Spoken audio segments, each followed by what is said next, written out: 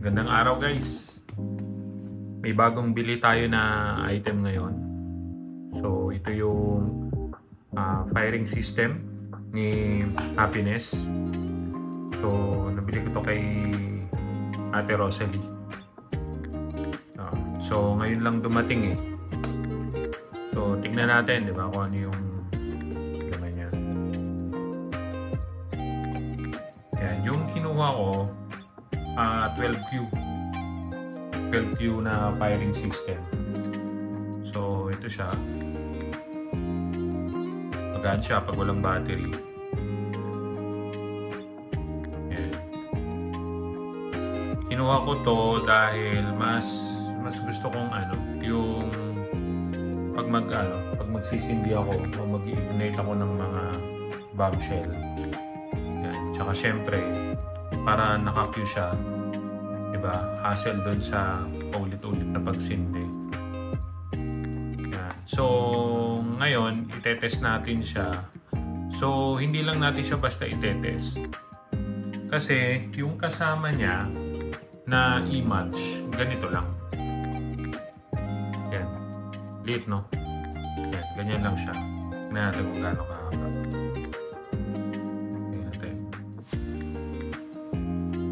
Haba niya maliit lang eh, parang isang dangkal lang yung haba niya, isa o dalawa.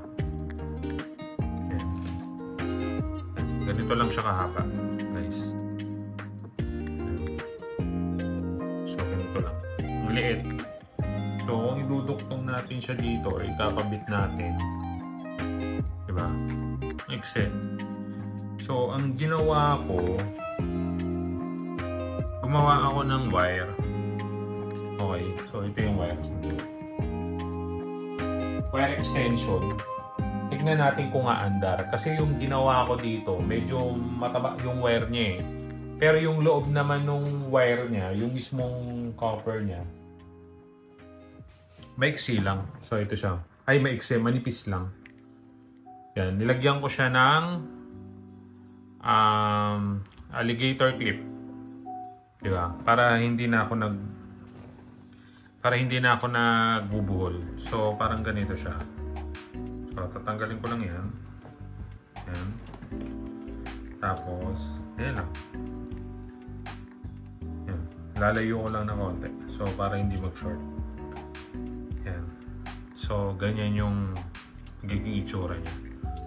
Yan, diba? So, may extend ko na siya ng mas mahaba. So, ang i-test natin ngayon or yung magiging experiment natin, kung mag-i-ignite ba yan. Siguro ang haba nitong wire, siguro mga nasa 3 meters. Yan. Meron na bibiling ganito na mas mahaba. Kasi syempre mas pricey. Mas pricey siya compare dito sa ganito kaliit. Minsan lang naman natin gagamitin eh. So, gumawa na lang ako ng ganito. Diba, kaysa bumili ako ng maramihan. Yan. So, ang binili ko kasi na i-match, no? Nung bago pa dumating to, ito, 30 cm lang na i-match. Yan. Diba? Kasi ang kasama nitong firing system nasa 12 lang eh. 12 lang na ganito.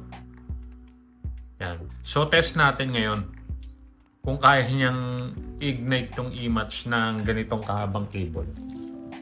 Diba? Siguro mga nasa 2 meters to.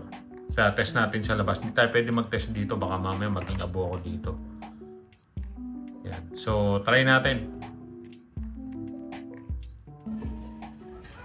Yun guys, set up na yung tetest nating firing system. So zoom ko lang ha. Ito yung receiver natin. Yan, naka-on na yan.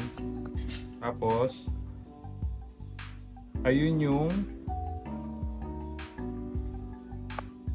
number 1. Okay, so meron siyang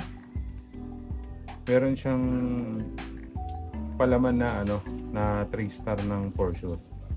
Okay, para mas ma-demonstrate natin ng mga buti kung gagana yan. Okay, pangalawa na number 2 natin ayun, may laman din na for sure na 3 star. And then meron, okay, nakakabit sa e-match. Yan, number 4. Yan. So test natin kung gagana. So dito muna tayo sa number 1. Kung gagana siya sa ganyang kahabang kable tsaka kapal. Okay, so ito yung note natin. Number 1. Gumana siya, di ba? Yan, tayo natin pumutok.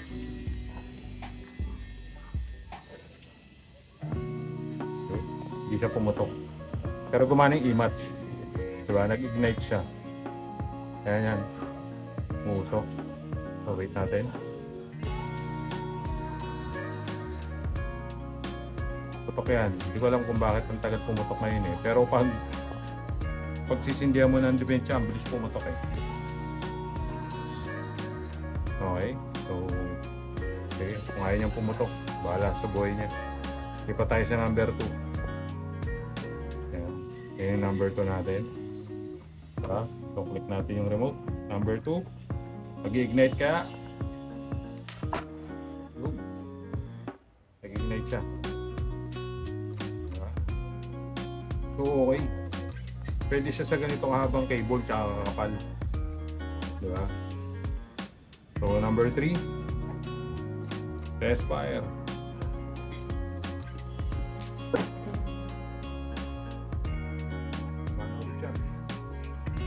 So number 4, last, number 4. Okay, so yun guys, gumagana siya sa ganyang habang setup.